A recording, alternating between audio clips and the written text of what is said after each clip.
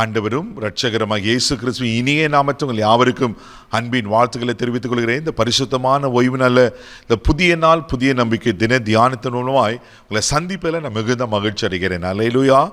இந்த ஓய்வு நாளுக்கென்று கர்த்தர் நமக்கு கொடுக்கிற ஆலோசனை என்ன? 1 தெசலோனிக்கேயர் புஸ்தகம் 5ஆம் அதிகாரம் 23வது வசனத்தை கூட நான் வாசிக்க கேட்போம். சமாதானத்தின் தேவன் தாமே உங்களை முற்றிலும் பரிசுத்தமாக்குவாராக. உங்கள் ஆவி, ஆத்துமா, சரீரம் முழுவதும் நம்முடைய கர்த்தராகிய இயேசு கிறிஸ்து வரும்போது குற்றமற்றதாய் இருக்கும்படி காக்கப்பட கடவதாக. அல்லேலூயா, ஆமென். தேவ பிள்ளைகளை அப்போஸ்தலனாகிய பவுல் தெசலோனிக்கே சபைக்கு ஒரு முக்கியமான ஆலோசனையை சொல்றார். காக்கப்பட கடவது. நம்ம இன்னைக்கு ஒரு பாதுகாப்பான ஒரு காரியத்தை நம்ம செய்யணும். என்ன காரியம்? இன்னைக்கு பல காரியங்களை நம்ம பாதுகாக்கிறோம். நம்ம மொபைலை பாதுகாக்கிறோம், நம்ம உடைமைகளை பாதுகாக்கிறோம், நம்ம பொருளை பாதுகாக்கிறோம். இவையெல்லாம் அழிந்து போகக்கூடியது தேவ பிள்ளைகளே.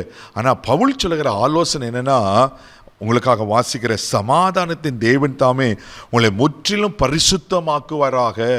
இங்க ஆரம்பமே இங்க ஒரு அழுத்தத்தை பவுல் சொல்றாரு. ஆமென். நீங்க பரிசுத்தமாய் காணப்பட வேண்டும் என்று பரிசுத்தமாக்குவாராக. ஏன்னா உங்கள் ஆவி, ஆத்மா, சரீரம் முழுதும் நம்முடைய கர்த்தராகிய இயேசு கிறிஸ்து வரும்போது குற்றமற்றதாய் இருக்கும்படிக்கு. அல்லேலூயா.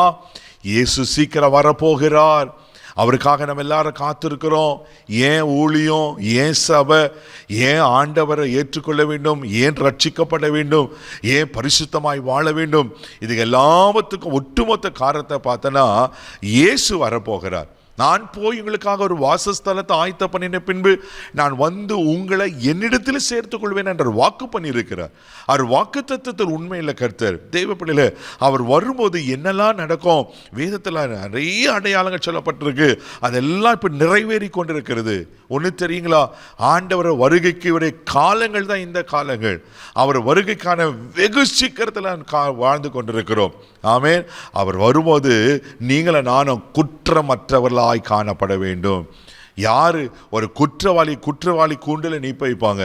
தேவ பிள்ளைகளே, நீங்களும் நானும் குற்றமற்றவர்களாய் காணப்பட வேண்டும் என்று எங்க பவுல் ஆலோசனை சொல்லுகிறத பார்க்கிறோம். ஒருவேளை நம்ம மனசாட்சி நம்மளை குற்றவாளி என்று சாட்டுகிறதா? ஒருவேளை மற்றவர்கள் உங்களை குற்றவாளி என்று சாட்டுகிறாங்களா? மற்றவங்களுக்கு முன்னாடி ஒரு குற்றவாளிகளை போல இருக்கீங்களா? குற்றவாளி யாரு? தவறான காரியங்களை செய்கிறவர்கள். இன்னும் சிம்பிளா சொல்ல போனா, ஆண்டருக்கு பிரியமில்லாத காரியத்தை செய்கிறங்க, அநியாயமான காரியங்களை செய்கிறங்க, இவங்களதான் குற்றவாளிகள். தேவ பிள்ளைகளே, இன்னைக்கு நான் குற்றமற்றவர்களாய் தேவனுக்கு முன்னாடி நிற்கணுமா? அப்போ நான் உலகத்தில் வாழும்போதே குற்றமற்றவனாய் காணப்பட வேண்டும். உலகத்தில் நான் வாழும்போதே பரிசுத்தமாய் காணப்பட வேண்டும். அதனால தான் இங்கே சொல்லப்பட்டிருக்கு, சமாதானத்தை தேவனங்கள் முற்றிலும் பரிசுத்தமாக்குவாராக. முற்றிலும் அப்படின்னா 100க்கு 100 பரிசுத்தமாகணும். எனக்கு எடுத்தோன்னு 100க்கு 100 பரிசுத்தம் ஆயிட முடியாது. தேவ பிள்ளைகளே, ஒவ்வொரு நாளும் அந்த பரிசுத்துக்கு நேரான ப்ராசஸில் போய்கொண்டே இருக்கணும். ஆண்டவர் சொல்றார் இல்லையா, 1 பேதுரு 1:15-16 நான் பரிசுத்தர் ஆகியால் நீங்களும் உங்கள் நடக்கைகள் எல்லாவற்றிலும் பரிசுத்தராயிருங்கள் என்று. நீங்களை நானும் ஆராதிக்கிற ஆண்டவர் பரிசுத்தம் உள்ளவர். தேவ பிள்ளைகளே, திரும்பி வருகிறவர் பரிசுத்தம் உள்ளவர். நமக்காக வாசத்தலத்தை ஆயத்த பண்ணினவர் பரிசுத்தம் உள்ளவர். அவர் பரிசுத்தம் உள்ளவராக இருக்கிறபடினால நாம் பரிசுத்தமாக இருக்க வேண்டும் என்று கர்த்தர் விரும்புகிறார். அப்போ என் மேல குற்றம் சாட்டப்படாதபடிக்கு, நான் குற்றவாளி கூண்டில் நிற்காதபடிக்கு நம்மை காத்துக்கொள்ள வேண்டியது மிக மிக அவசியமா இருக்கிறது. தேவ பிள்ளைகளே, பரிசுத்தம்னா என்ன அர்த்தம்? செட் அபார்ட், ஒரு வேறு பிரிக்கப்பட்ட ஒரு வாழ்க்கை. நாம் வேறு பிரிக்கப்பட்ட வேறு மனுஷராய் வாழ்கிற வாழ்க்கை. இயேசு போல நான் வாழ நீங்கள் தீர்மானம் எடுங்க. இந்த 2வது மாதத்தின் ஆரம்ப நாட்களில், இந்த முதல் ஓய்வு நாளில் நீங்கள் தீர்மானம் எடுங்க. நிச்சயமாக உங்கள் வாழ்க்கை ஆசீர்வாதமாக இருக்கும். இந்த வருடம் உங்களுக்கு மேன்மையாக இருக்கும். நீங்கள் பலரை ஆண்டவருக்கு ஆதாயப்படுத்தலாம் காணப்படுவீங்க. ஒருவேளை நாளைக்கு இயேசு வருவாருனாலோ நீங்கள் தைரியமாக அவரோடு கூட எடுத்துக்கொள்ளப்படுவீங்க. அதுக்கு நம்ம ஆயத்தமாகவும் ஆண்டவர் நம்மளுக்கு உதவி செய்வார். கண்களை மூடி ஜெபிக்கலாம். தகப்பனே, உமக்கு நன்றி சொல்கிறோம்ப்பா.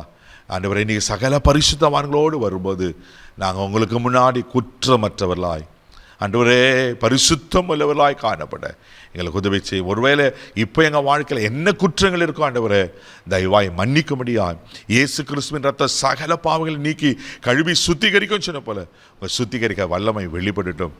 ஆசீர்வதியும், தொடர்ந்து நடத்தும். இந்த நாள் முழுதும் கரம் பிடித்து நடத்தும். கிருபைக்கு ஒப்பு கொடுக்கிறேன். இயேசுவின் மூலம் ஜெபக்கேளும் பிதாவே, ஆமென்.